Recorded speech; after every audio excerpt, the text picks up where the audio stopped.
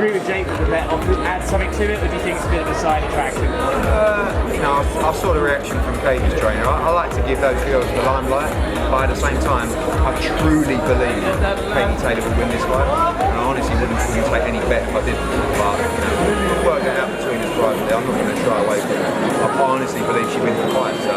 But at the same time, I want to give these girls the limelight they deserve, and it does add to a bit of fun. It's always nice to have a little bet. Ready to fight. They've done so much media for this event, more than they've ever done before, and they've both been tremendous. But now it's fight time, and I think they've had enough. They'll do their duties today, but they just want to weigh in and get ready for Madison Square Garden all week. Jake, do you feel the same? Yeah, look, the same thing. Amanda's just having fun, kind of a little bit, tired of all the media obligations. This is more than they've ever had. Tons of media here, obviously. So, yeah, like Eddie said, they're just ready to fight. They concerned about the first week as a promoter. How are you feeling? It's pretty cool. It's pretty fun. You just sit up here in front of the cameras and say stuff, and that's about it. It's a pretty easy job, honestly. What did you learn from Eddie? What did you learn from Eddie, and what did you learn from Jake in terms of promoting? It's all about the platform, really. I've got a big platform as a promoter, but Jake's got a much bigger platform, and obviously we want to use that platform to bring in his audience to fights like this. So I think the one thing I've taken from it is it doesn't have to be that difficult in boxing. Like, we don't have to like each other. I quite like him, but it doesn't matter. We're both working together for the same mission, which is to provide opportunities for our fighters and make this event as big as possible. And it doesn't have to be like it is in boxing, but there's so much bitterness in boxing. This is quite fresh. Eddie, could you tell Jake why Katie's going to win, please? I think you saw it up there. I think Amanda Serrano is going to be overruled with the occasion. I think she's going to be outclassed. I think actually she's going to get stopped in the fight. But that might be a separate bet that comes later. That's a big price, by the way. I want a big price on that one. But listen, they're both great fighters. Amanda Serrano punches very hard. She's going to be very dangerous in this fight. But just like Jake believes his fight is going to win, I just believe Katie's too good. Katie hasn't stopped anyone since 2019, so I don't know what he's smoking.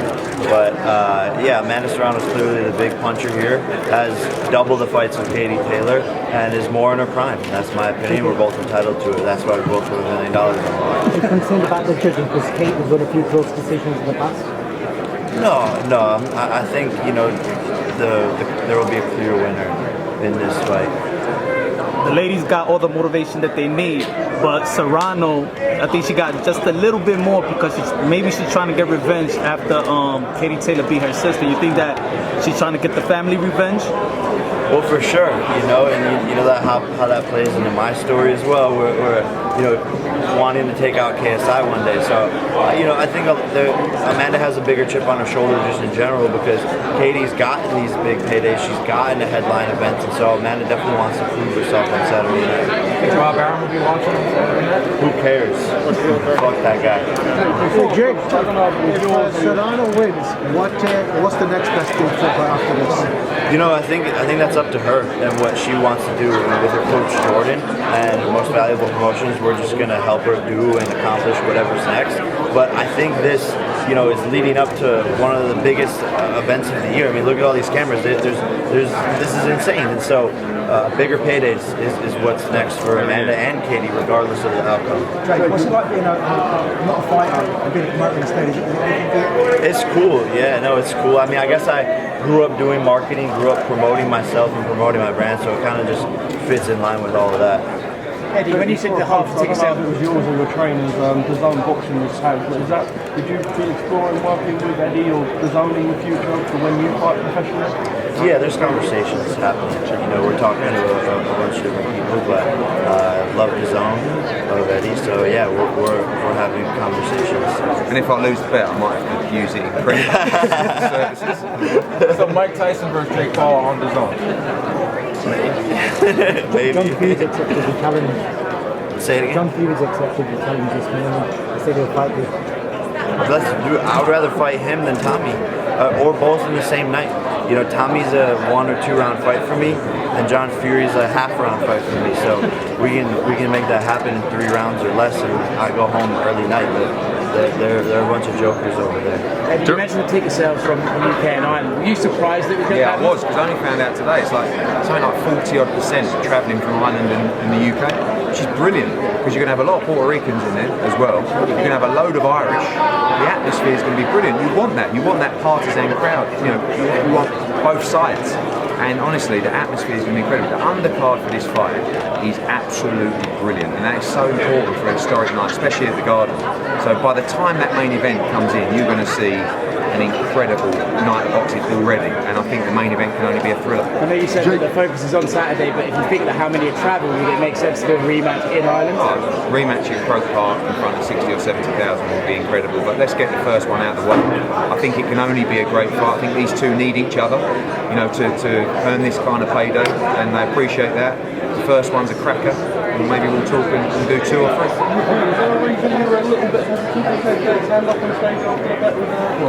Yeah, he's got a lot more money than me.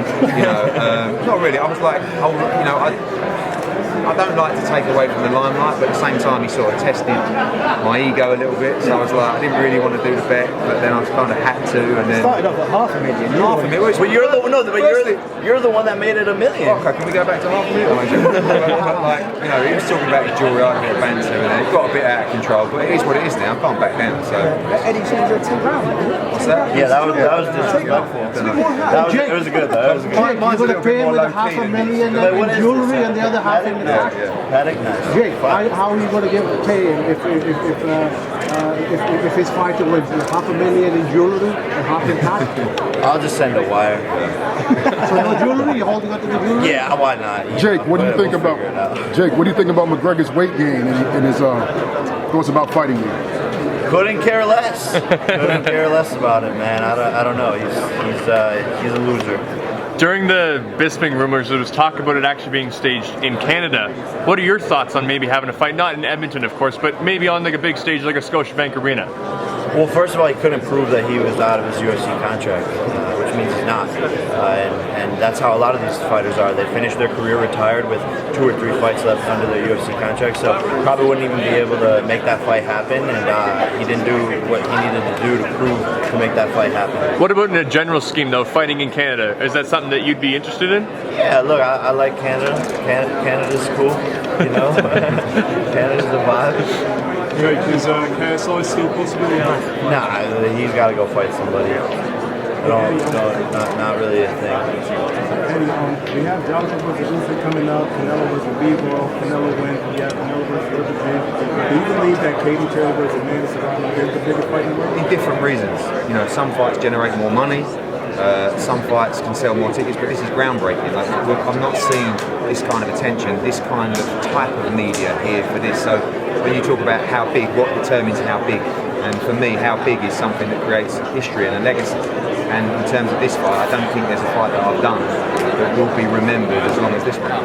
You mentioned about the women needing to show up and so forth. That was something that was very famous for having the Ronda Rousey fight. Do you think we'll see a lot of women in attendance on Saturday or watching at home?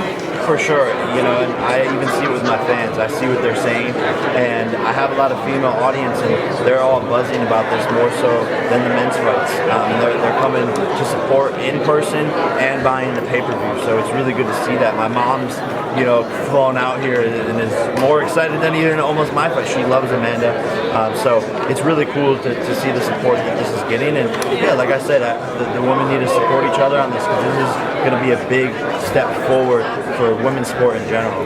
Eddie, you're always like really excited, but you seem even more excited about this one.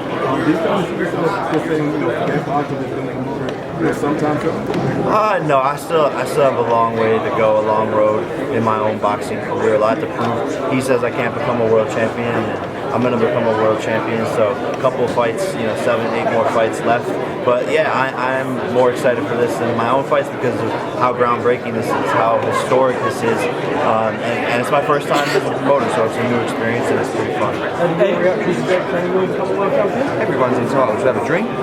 No, seriously, I'm being serious. I think there's absolutely no way he can beat a world champion and become world champion. But I will say, he's improving a lot. He's dedicated to the sport. I don't know how good good he is because he hasn't really faced a real fighter yet. It's not his fault. He signed to fight Tommy Fury. Well, a five-time world champion. Tyler Wood was a real fighter. Mate, he's not a real boxer. Well, I mean, the first skill in MMA is boxing. He won the UFC championship with the right hand. He's a great UFC. But do you consider Tommy Fury a real boxer? Yes, but not in terms of ability. But listen. But so what defines a real boxer? A real boxer is someone there's that is these journeymen like Andy Bishop who have Andy Bishop. Exactly, but he's a real boxer, right? Because anyone can go and get a professional boxer. But what I'm saying is, Usman does not qualify to give you any right to talk about you fighting for a world title, and nor does Tommy Fury actually. But I'll give you the props, I'll give you the respect. You're improving all the time, but the proof will be in the pudding. I don't believe. By the way, I've said that I think Jake Paul is better than some fighters, but I don't believe he will ever get close to being a world-class fighter. I believe that I would beat anybody on your roster that's under 10 fights. Anyone. We can do that. Any one of your fighters that has under 10 fights. How about Canelo? Easy. Cruiserweight? Any weight. Literally any weight. Okay. So any weight. Any weight. I will beat anybody on your roster. I've got about 400 of them. Great. Jake, are you a natural light heavyweight? No problem. Give me your best real boxer. Okay. Give me your best real boxer. Chef Clark, 1-0, right? Boxed in the Olympics, didn't medal. 1-0, just had one professional fight. He's a cruiserweight. You can have him, and I'll tell you what, I'll even provide him. Well, actually, let me be careful. I don't know. I'm saying, I've got 5. No problem. I already said I'm down. We're betting $1 million. I'm taking on anyone on your roster with under 10 fights. No problem. And that's right now too. Just wait to just give me a couple of years, bro. Ooh, I'm coming for your boy Canelo. I'm coming for your boy Canelo. That's on God. I don't think he minds that fight. Andrew Tabiti. He didn't say no. Oh no. No, didn't say no to a fight with him. Well, why would he not? That's one of the biggest fights in boxing that can be made. Eddie, what was your Hey, Eddie, what was your reaction when Amanda Serrano presented the 3-minute rounds at the announcement press conference? I thought it was a smart move. I feel like that the fight had been negotiated, and I don't think we need to change anything. But I think in the future, when we look at the elite end of women's boxing, I think it's something we have to look at. But when you introduce a new concept, which was women's boxing, to the fans, something fast-paced is actually good, and I think it's provided a lot of entertainment. But I think we need to continue to evolve. Eddie, now